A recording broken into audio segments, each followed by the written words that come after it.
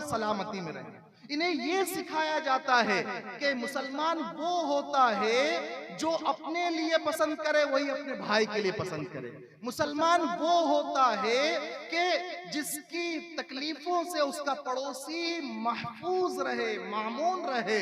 इन्हें ये सिखाया जाता है कि मुसलमान वो होता है जो किसी पर जुल्म ना करे। मुसलमान वो होता है जो किसी को बेयार और मददगार न छोड़े। इनको ये सिखाया जाता है कि मुसलमान वो होता है जो उल्फत और मोहब्बत का खजाना हुआ करता है। इन्हें ये सिखाया जाता है कि जो बीमार हो उसकी इयादत करने जाओ, चाहे वो मुसलमान हो या गैर मुस्लिम हो। इन्हें ये सिखाया जाता है कि दूसरों का गम बांटने वाले बनो। इन्हें ये सिखाया जाता है कि बूढ़ों का, कमजोरों का सहारा बनो। इन्हें ये सिखाया जाता है कि यतीमों, बेवाओं के काम आने वाले बनो। इन्हें ये सिखाया जाता है कि खुद भूखे रह लेना लेकिन भूखों की भूख को महसूस करना। इन्हें यह सिखाया जाता है कि खुद परेशानी में रह जाना लेकिन दूसरे परेशान हाल लोगों के काम आ जाना।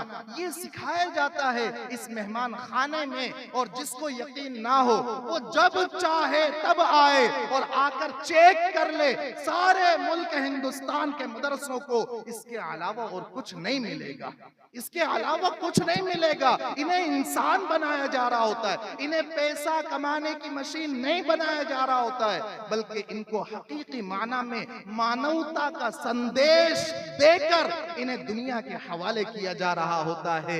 इन्हें हकीकत में माँ बाप को उनका बेटा जो भूला बिसरा हो चुका होता है वो बेटा दिया जा रहा होता है। जो बेटा रुपये पैसे के नशे में चूर होकर कहीं रुपया पैसा कमाने की मशीन बन चुका होता है। ऐसे दौर में ये समझाया जा रहा होता है कि सबसे बड़ा काम अल्लाह की इबादत के बाद अगर कोई है तो वो माँ बाप के साथ हुस्न सलूक करना और उनका सहारा बनना है, पड़ोसी के हुकूक अदा करना है, बीवी बच्चों का ख्याल रखना है।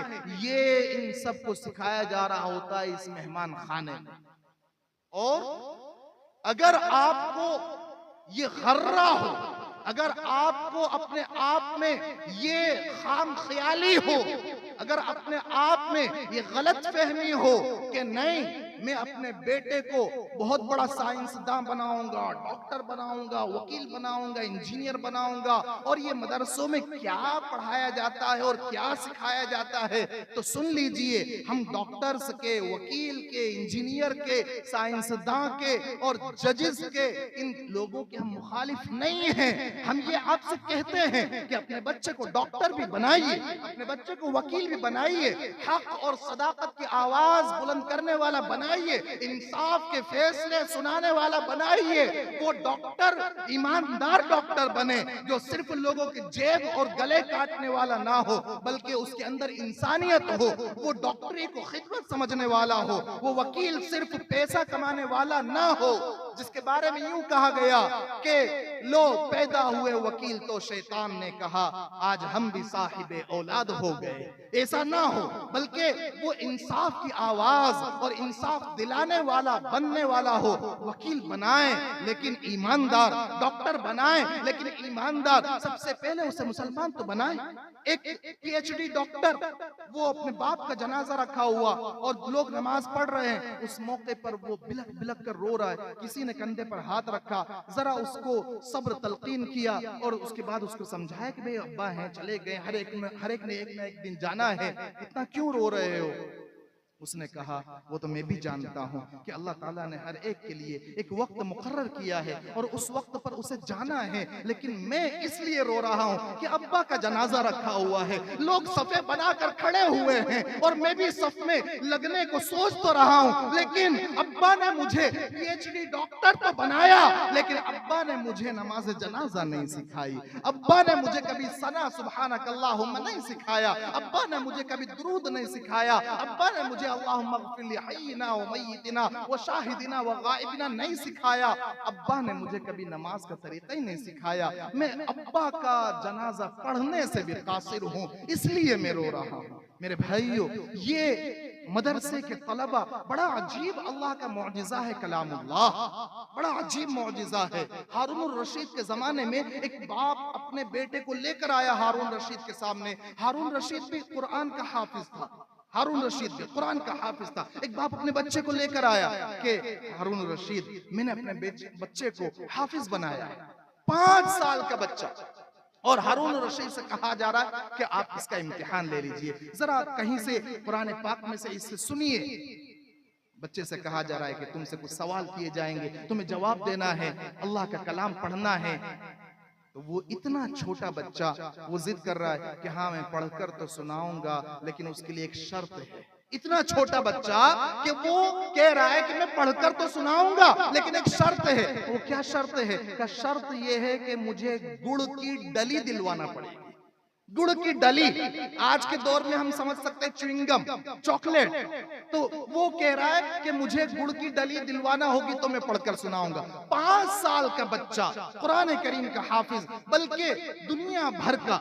मैंने एक खबर पढ़ी अरबी अखबार में, अल जज़ाइर में कोई अब्दुल रहमान नामी शख्स थे, तो उनका बेटा वो 3 साल का बच्चा हाफिज कुरान, 3 साल का बच्चा हाफिज कुरान, चलता फिरता खेलता कूदता वो कुरान करीम की आयात पढ़ता है। जब इंटरव्यू लिया गया उसके वालिद का कि भाई ये 3 साल का बच्चा हाफिज कुरान कैसे, तो उसके वालिद ने बतलाया कि ये हाफिज कुरान इस तरह से बना है कि ये जब अपनी अम्मी के शिकम में था तो इसकी वालिदा बहुत कसरत से कलामुल्लाह की तिलावत किया करती थी। उसका नतीजा यह है कि ये बच्चा 3 साल की उम्र में ही जब बोलने लगा है तो अल्लाह का कलाम फर ये पढ़कर सुना रहा है। और इधर पीर जुल्फिकार नक्शबंदी मुजद्दिदी दामत बरकातुहुल आलिया वो फरमाते हैं कि मुझसे ताल्लुक रखने वाले, मुझसे वाबस्ता एक शख्स, एक बुजुर्ग,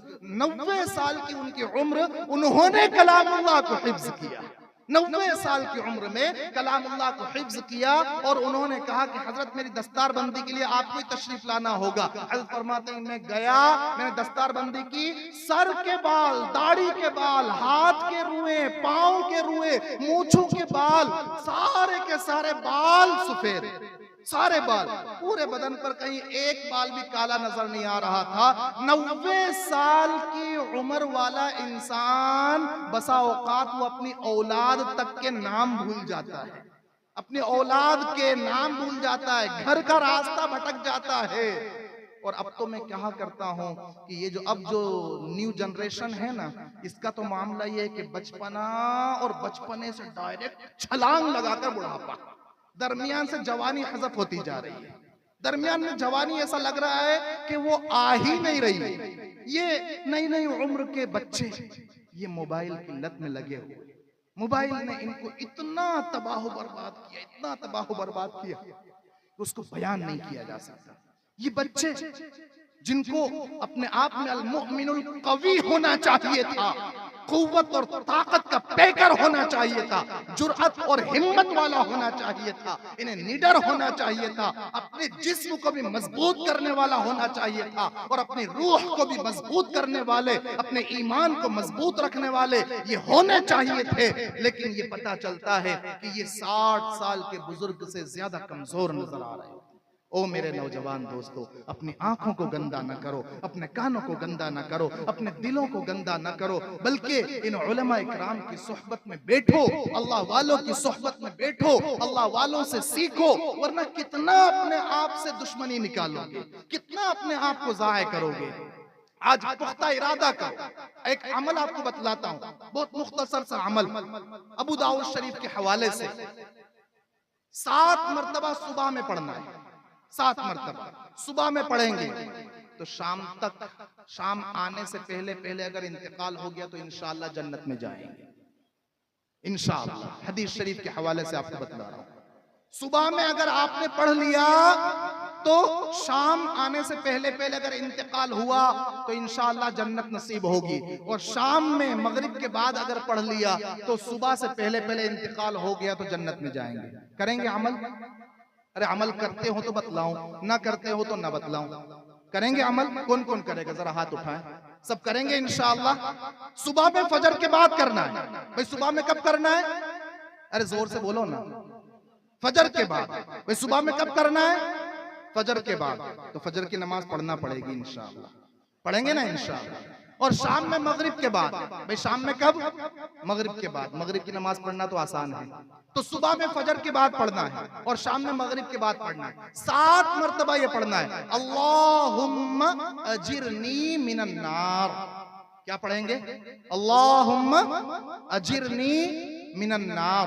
भाई 7 मर्तबा फजर के बाद पढ़ेंगे तो फजर से लेकर मगरिब के दरमियान इंतकाल हो गया तो इंशाअल्लाह जन्नत नसीब होगी। और मगरिब के बाद पढ़ना है तो मगरिब से फजर के दरमियान अगर इंतकाल हो गया तो इंशाअल्लाह जन्नत नसीब होगी। भाई इसके अलावा कोई वक्त तो नहीं है ना मरने का? भाई इसके अलावा तो कोई वक्त नहीं है, तो अमल करेंगे ना इंशाअल्लाह। और खास तौर से नौजवानों को कहता हूँ, भाई नौजवान लोग फजर में नजर आएंगे ना इंशाअल्लाह। 5 वक्त की नमाजें पाबंदी से पढ़ेंगे, अपने माँ बाप के फरमाबरदार बनकर जिंदगी गुजारेंगे, पड़ोसियों को तंग नहीं करेंगे, बिरादरान वतन के साथ भी मोहब्बत का बर्ताव रखेंगे इंशाअल्लाह, किसी को अपनी जात से तकलीफ नहीं देंगे इंशाअल्लाह, और मदरसे का दीदार आकर करते रहेंगे इंशाअल्लाह। भाई मदरसे में अगर कुछ आकर नहीं देना है तो मत दो, कुछ आकर नहीं देना है मत दो। मदरसे में आकर जब फ्री रहो तो मदरसे में आकर उलमा तलबा की जियारत ही कर लो। अल्लाह तबारक व तआला इस पर भी अजर व सवाब नसीब फरमाएगा इंशाअल्लाह। तो बस एक आखिरी बात मैं अर्ज कर रहा हूं और बात को खत्म कर रहा हूं इंशाअल्लाह कि भाई ये जो मदरसे में पढ़ने वाले तलबा होते हैं ये किसके मेहमान होते हैं? भाई ये किसके मेहमान? अल्लाह के रसूल सल्लल्लाहु अलैहि वसल्लम के मेहमान हैं। मेजबान जब ऊंचा होता है तो मेहमान का मकाम और मर्तबा भी बढ़ जाया करता है।